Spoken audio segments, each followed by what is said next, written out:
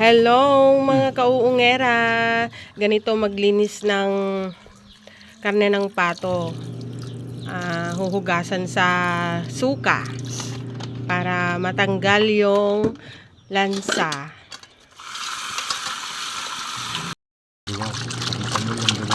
Natatanggal po yung lansa.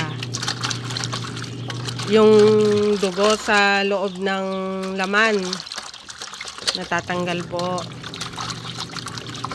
So, ulitin mo ito. Pagdaran mo. Masok na lang biji. Tapos, ulitin pa yung panghugas sa tubig para malinis.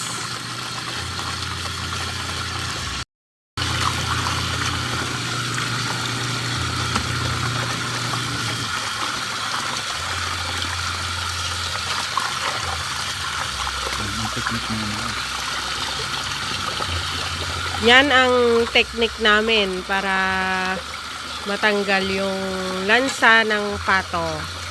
Inuhugasan sa suka na may tubig.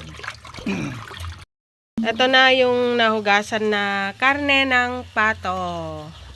Malinis na. Ready to cook.